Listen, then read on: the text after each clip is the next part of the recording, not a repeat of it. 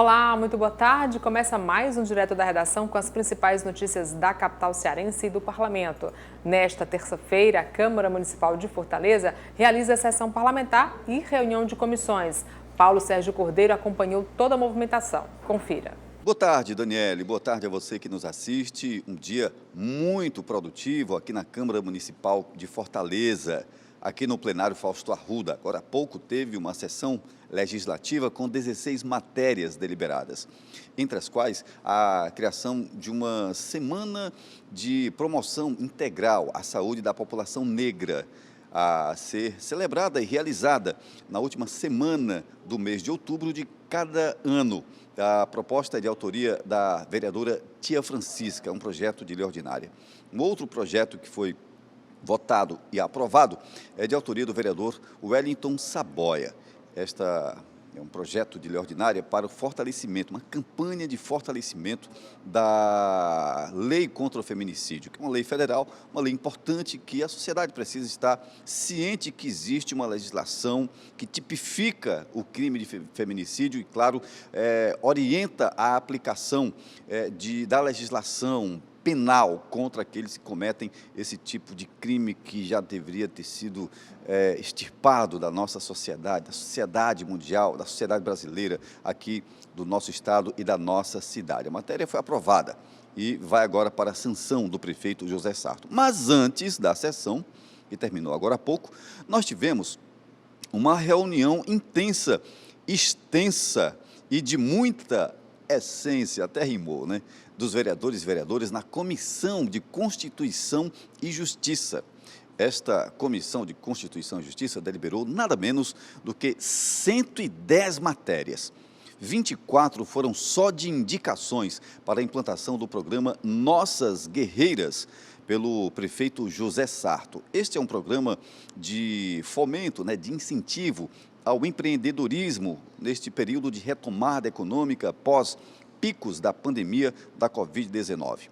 Assiste a mulheres com idade acima de 18 anos, em situação de vulnerabilidade social e econômica, com cerca de R$3 mil de empréstimo e orientação para que ela possa tocar o seu próprio negócio. Este programa está sendo espalhado, levado a toda a cidade de Fortaleza por requerimento, na verdade, por indicação dos vereadores de Fortaleza e vereadoras de Fortaleza. É um programa muito importante e está aí virando, sendo realidade para as mulheres, as nossas guerreiras aqui do município de Fortaleza. Teve também regularização fundiária aprovada, autoria do vereador Luciano Girão, que é para a regularização, o papel da casa, a entrega do documento para os moradores da Praia do Futuro 2, lá no Caça e Pesca, e outras matérias importantes. Foram 110, repetindo, deliberadas, aprovadas, seus pareceres e enviadas agora, estão prontas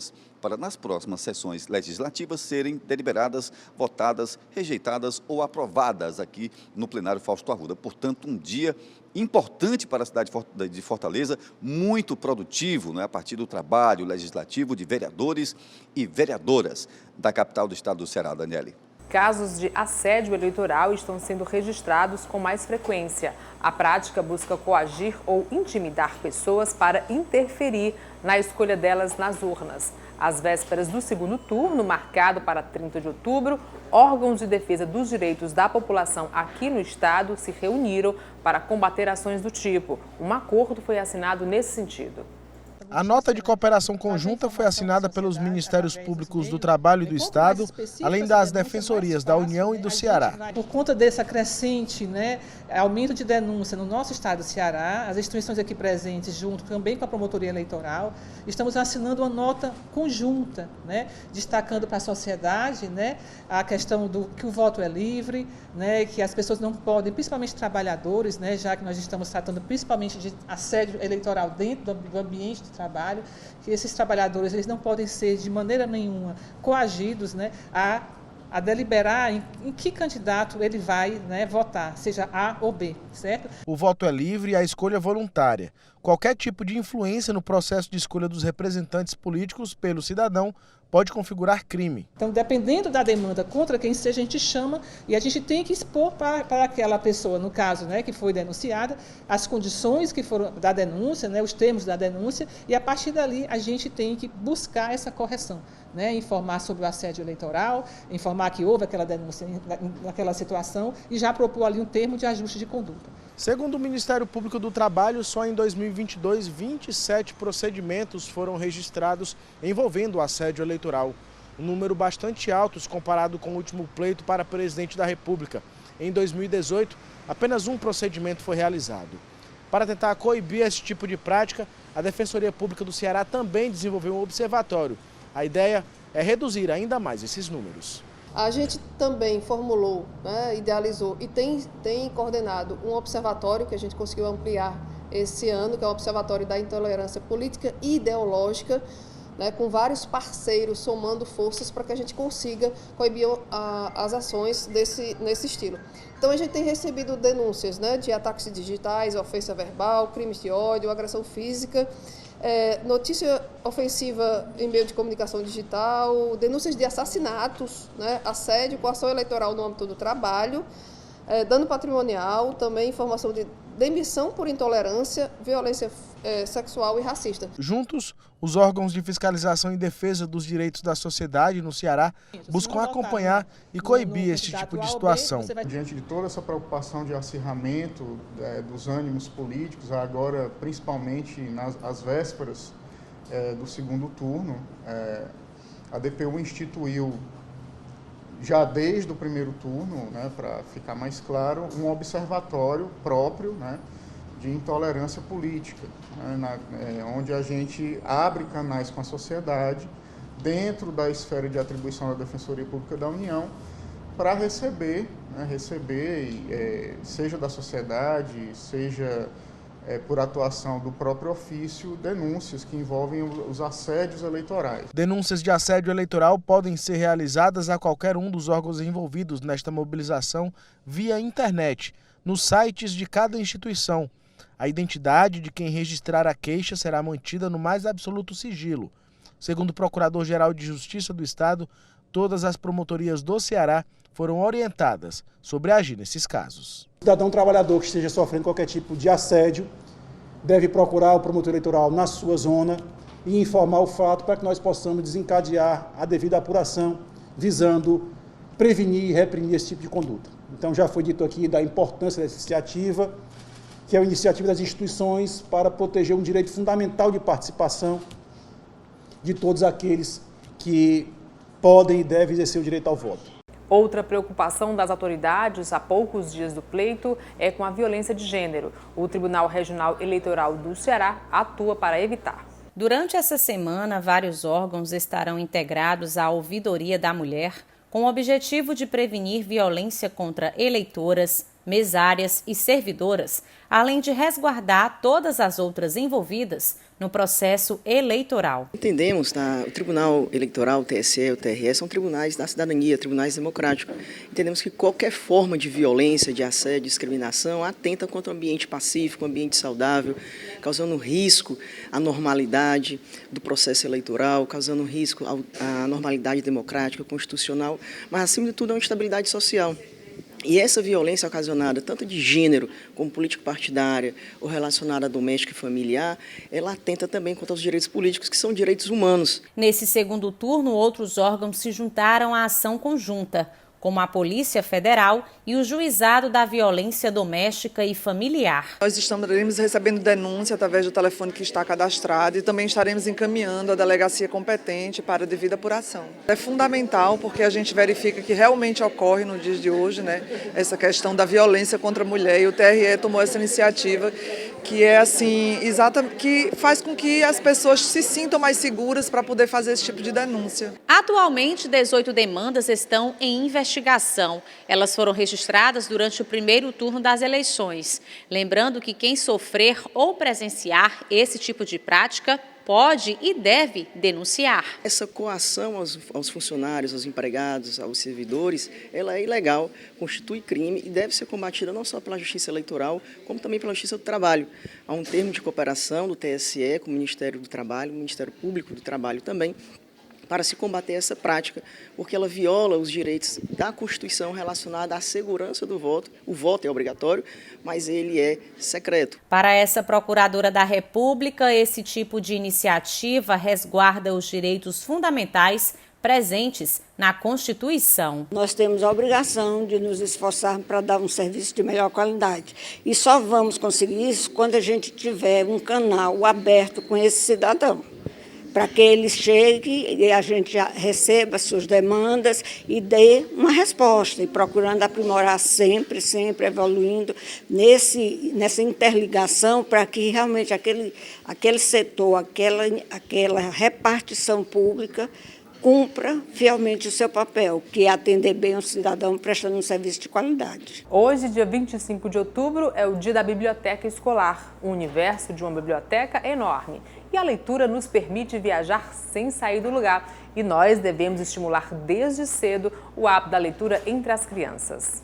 Se tem uma coisa que não sai de moda é o conhecimento. Quanto mais informação, melhor. E um dos locais que mais concentra os diferentes tipos de saberes é a biblioteca. Primeiro que a importância da leitura, ela é muito presente na vida de todo mundo, principalmente dentro de uma escola, né? A gente busca investir mesmo tanto no ensino e no incentivo, né, da leitura e da escrita dos nossos alunos. A biblioteca fica disponível, tanto que na hora do intervalo fica aberta, né, eles têm contato com os livros, podem levar para casa, né, é um ambiente super necessário. No mês de outubro celebra-se o Dia Internacional da Biblioteca Escolar, uma data lembrada desde 1999 que serve para comemorar a importância desse equipamento para todos os estudantes. Eu gosto de ler muito, bastante, porque gosto de aprender novas coisas. Eu gosto de aprender várias novas matérias para eu me influenciar mais e também para eu usar nos meus estudos, para tirar notas boas e tal. Se você não tem condição para comprar os livros, trazer os livros que foi mandado, você pode vir aqui para a biblioteca. Tem uma grande variedade de livros, se você for parar. Até que é pequeno, mas tem uma grande variedade.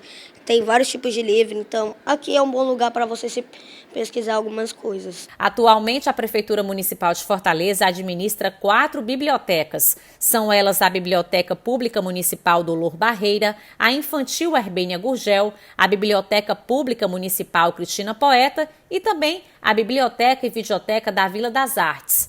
A cidade ainda conta com bibliotecas nas escolas públicas do município. Os servidores da Câmara Municipal de Fortaleza e também a comunidade têm uma biblioteca à sua disposição.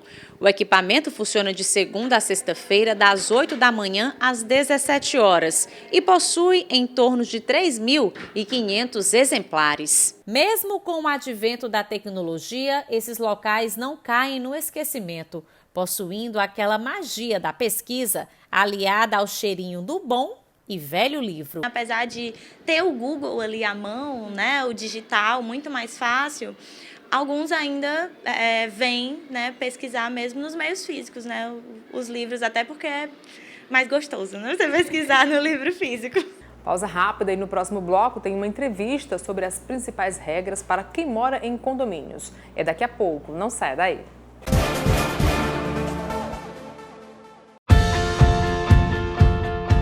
Oi! Estamos de volta com a websérie Câmara e Cidadania. Hoje a gente descomplica o tema Frente Parlamentar. Bora comigo? Frentes parlamentares são grupos formados por parlamentares de vários partidos e pessoas da sociedade que se unem com o objetivo de defender uma causa. Eles se reúnem dentro ou fora da Câmara para debater, aprimorar e fiscalizar diversas pautas de interesse da coletividade. Proteção dos direitos das crianças e dos adolescentes, direitos dos animais, habitação, emprego e renda, defesa da família e esportes são exemplos de frentes parlamentares. Depois a gente volta descomplicando outro tema para você. Essa websérie faz parte do compromisso de transparência da Casa do Povo. Câmara Municipal de Fortaleza. Nossa voz, nossa fortaleza. O Direto da Redação está de volta e o recado agora vai para quem mora em condomínios. Em nome de uma boa convivência, é preciso seguir algumas regras. Quem vai conversar com a gente sobre esse tema e está aqui comigo no Direto da Redação é o Paulo Aragão, que é diretor de uma empresa de administração de condomínios, né? Paulo, muito bem-vindo ao Direto da Redação. Quais são essas regras principais, regras básicas para quem mora em um condomínio? Obrigado, Dani, pelo convite. A principal regra é a boa convivência, né? O bom senso. É você ter bom senso e empatia pelo seu vizinho, pelas pessoas, não incomodar, sempre pensar que você tem que fazer o que você achar que serve para a sua boa convivência, como questão de barulho, onde não atrapalhar ninguém. É tudo questão de bom senso. Não precisa você saber a regra de um condomínio especificamente, mas ter a noção de bom senso de como não atrapalhar as outras pessoas. Quais são os maiores pontos de conflitos entre os moradores? Muita questão de preconceito, que a gente tem visto, às vezes tem pessoas que estão morando em condomínio pela primeira vez. Questão de som alto é uma coisa que é normal, né? A criança solta no condomínio e o vizinho reclama. Então a gente tem uma série de conflitos que a gente tem que conseguir mediar e fazer uma boa convivência. Afinal, todos moram lá. E a gente não pode tornar aquilo ali um ambiente de guerra. Tem que ser um ambiente de paz para as pessoas que moram em condomínio, que é uma comunidade. Então todo mundo tem que ensinar um pouco, né? Então a gente tem que ensinar, catequizar as pessoas que morar em condomínio não é morar isolado.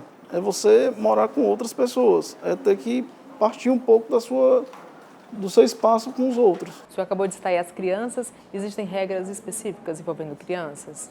Dani, a regra é nunca deixar a criança desacompanhada de um adulto. Né? Então, assim, as crianças elas têm que brincar, tem que ter um espaço adequado, mas tem que ter sempre a supervisão de um adulto. Acontece, às vezes, de uma criança, com uma brincadeira com um coleguinha, cair numa piscina, se afogar.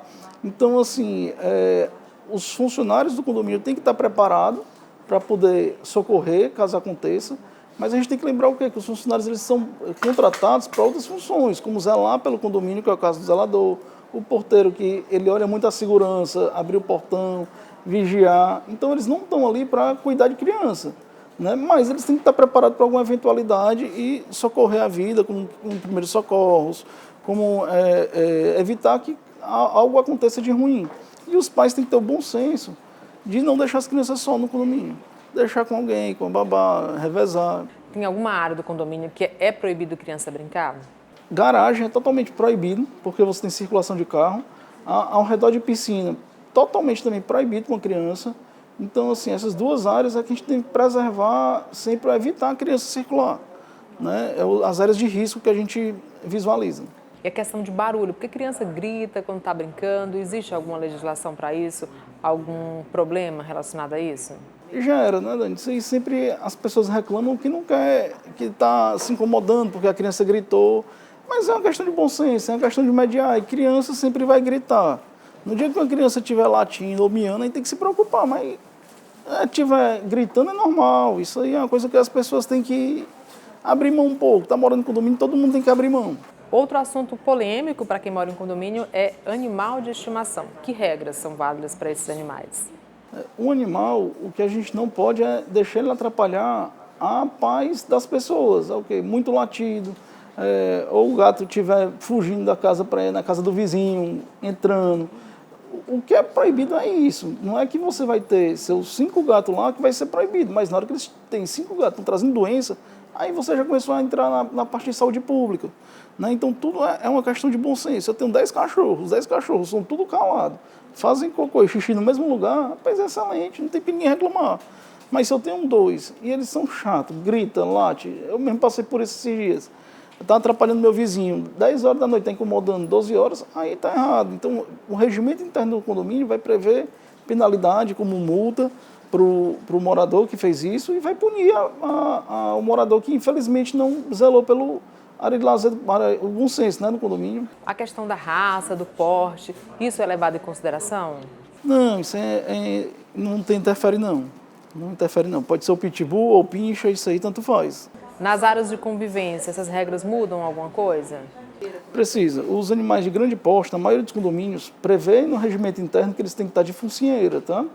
Isso geralmente para uso de grande porte, para um pitbull, para um animal mais considerado, né? Mas, assim, não é uma obrigação de um condomínio ao outro. Varia de local para local. Vai ter condomínio que diz que pode andar livre. Como vai ter outro que vai dizer que o mesmo animal de pequeno porte, ele tem que estar com focinheira. Então, é uma coisa que depende do regimento interno do condomínio. Durante a pandemia, algumas regras foram adaptadas, né? Por conta da questão sanitária. Essas adaptações permanecem? Na época da pandemia, a gente teve muita restrição de quantidade de pessoas nas casas, nos apartamentos e principalmente em salão de festa, que muitos foram fechados. Hoje em dia está tudo normal, voltou que a gente não precisa mais ter uma obrigação, a gente não tem um quantitativo, a gente é regido pelo regimento interno. Se o regimento interno diz que é 50, é 50. Na época da pandemia, os salões de festa foram praticamente parados. E hoje está tudo normal já, a gente não tem mais nenhuma limitação por conta de pandemia. Entendi. Tem alguma diferença, Paulo, para quem mora em condomínio de casa e condomínio de apartamento? Muitas vezes, os condomínios de casa têm uma liberdade maior, né? A gente acaba se tornando porque você não é vizinho com o vizinho do seu vizinho. Não é muito colado no vizinho. Então acaba que você tem uma certa liberdade, tem mais espaço. Então, assim, o regimento interno ele vai ser adaptado para cada tipo de condomínio. Se eu tenho um apartamento a 30 metros quadrados, ele vai ter um regimento interno que vai ser mais restrito na quantidade de pessoas dentro do apartamento. Como se eu tenho uma casa de 1.000, o regimento interno vai me liberar, eu ter muito mais animal, tá mais solto, né, a questão. Então, assim, é uma coisa que é muito adaptado para cada local, é muito pessoal. Então, pelo que deu para perceber, quando o morador ele conhece o regimento interno, os conflitos costumam ser evitados, né? Muita gente desconhece esse regimento interno de onde mora. Eu te digo que a maioria das pessoas nunca nem leram. A maioria das pessoas que moram em condomínio nunca leu. E realmente, assim, se as pessoas tiverem bom senso, não precisa ler, isso é besteira. Mas, se as pessoas não têm bom senso, ela tem que ler e tem que seguir. Né? É muito bom senso. Aí, o que está no regimento interno e não for seguido é passivo de multa. Passivo de multa. Tá ótimo, então, Paulo. Muito obrigada pela participação aqui no Direto da Redação. Foram dicas importantes para quem mora em condomínio. Obrigado. O Direto da Redação fica por aqui e eu te espero amanhã. Tchau, tchau.